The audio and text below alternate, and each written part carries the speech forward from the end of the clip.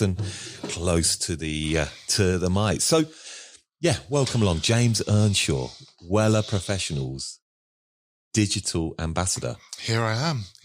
That sounds a great role. We mentioned that in the introduction. I was saying about that you are a content hairdresser, which sounds amazing. But a lot of people will be asking themselves, what is a content hairdresser? Yeah, it's one of those things I was saying before. It's not like a wrong or right answer to this. I think it's just about expressing yourself, creating that content, and showcasing your kind of coloring or styling skills on social media. And obviously having a brand behind you to do that is a great bonus. Did this role just find you? Because a lot of people, again, me included, I would ask, well, how do you become a content hairdresser? Yeah, so I was just saying, so it happened in 2020 in January. So Wella is a brand that I've worked with since 2007 when I started hairdressing, so a long time ago. And I just reached out to them and I was like, I'm going to go self-employed, and Wella is my absolute favorite brand in the world and I need to be an ambassador for you, but I feel like you're missing that social media ambassador. And I wrote them a huge email with all the points I could do. Some of them were probably terrible, but I was excited.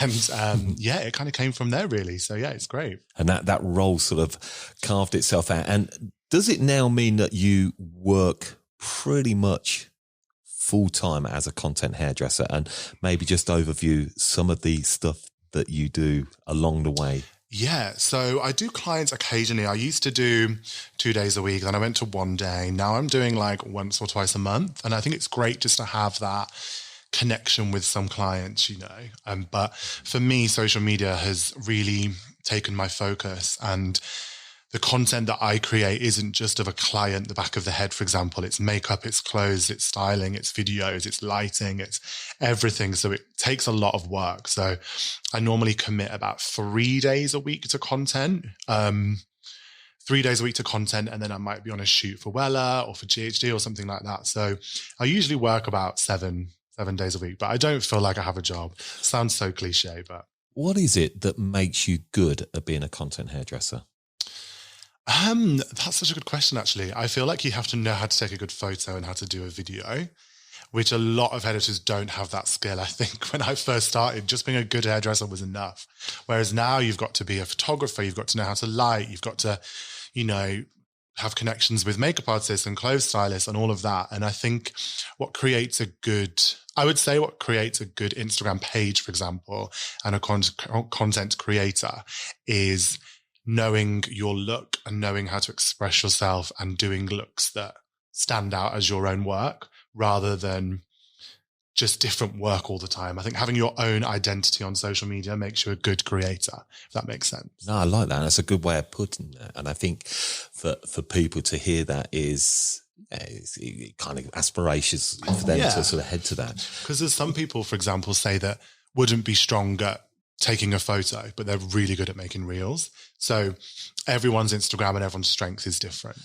And as you're telling me that, and I'm curious to know, are you somebody that's had to go on courses, or you had to train yourself, or do you wing it and learn on the job?